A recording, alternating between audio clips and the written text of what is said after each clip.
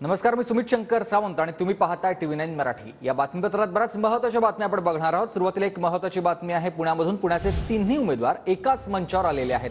भाजपचे मुरलीधर मोहोळ, काँग्रेसचे रवींद्र धिंगेकर आणि वंचितचे वसंत मोरे हे एकाच मंचावर आलेले पाहायला मिळतात।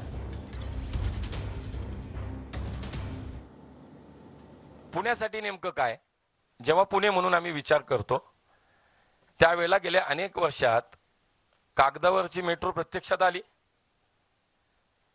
जुन्या काळात इतके मोठे प्रोजेक्ट असतील त्यावेळेला या प्रोजेक्टमध्ये अशा मोठ्या प्रोजेक्टचं भूमिपूजन व्हायचं। 30-30 40-40 वर्ष उद्घाटनही नाही झाली कधी। पण मला अभिमानाने सांगायचंय की या पंतप्रधानांच्या काळात पुणे मेट्रोचं मोदीजींनी भूमिपूजन केलं आणि उद्घाटनही मोदीजींनीच केलं। हा बदल आहे आत्ताचा। पुण्यामध्ये सार्वजनिक वाहतूक व्यवस्था सक्षम करण्यासाठी केंद्र सरकारच्या माध्यमातून 350 ई बसेस आल्या। पुण्यामध्ये चांदणी चौकासारखा अत्यंत अनेक वर्षाचा प्रलंबित वाहतुकीचा प्रश्न सोडवला गेला।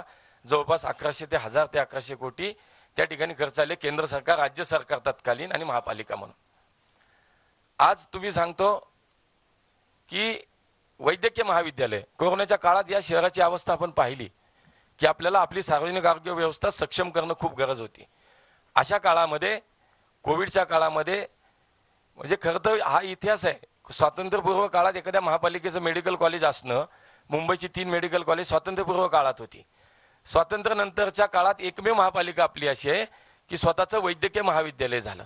केंद्र सरकारच्या माध्यमातून आपल्याला ते करता आलं। प्रधानमंत्री आवास योजनेच्या माध्यमातून हजारो घरं आज तयार होत आहेत।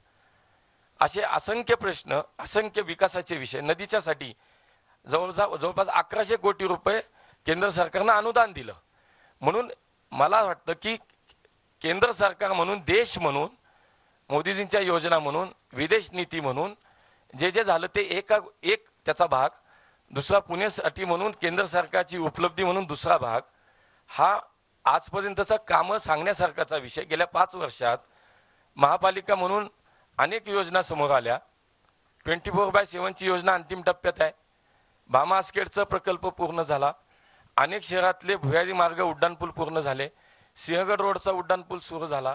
कर्वे रस्त्यावरचा पुण्यातला पहिला, म्हणजे महाराष्ट्रातला, नागपूरचा आपल्याबरोबर सुरू झाला, म्हणजे असा पहिला दुहेरी उड्डाणपूल झाला। सार्वजनिक वाहतूक व्यवस्था सक्षम करण्यासाठी जवळपास 1500 नवीन ई बसेस रस्त्यावरती आल्या। पुणे शहर हे देशातलं इतकं मोठं शहर आहे। छोट्या शहरामध्ये आपण अनेक गोष्टी खूप लवकर सक्सेसफुल होतात, अनेक विषय।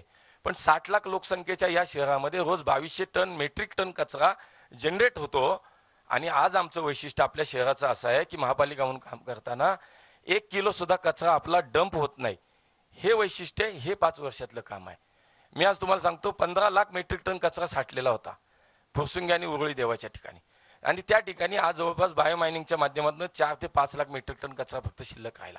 म्हणजे काय झालं की पुढचा विचार करून आपण काम केलं। अनेक नवीन प्रोजेक्ट आले, अनेक प्रकल्प आले, अनेक विषय आले, खूप गोष्टी आहे सांगण्यासारख्या। त्यामुळे मला असं वाटतं आधी केंद्र सरकारने पुण्यासाठी काय केलं, महापालिका म्हणून काम करताना जे काय आम्हाला काम 5 वर्षामध्ये पुणेकरांसाठी करता आलं, त्याच्यामध्ये अनेक बसेसच्या योजना आणल्या, अनेक विषय आले।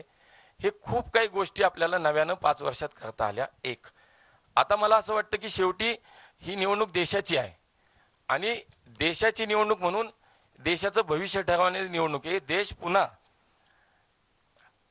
देशाची अंतर्गत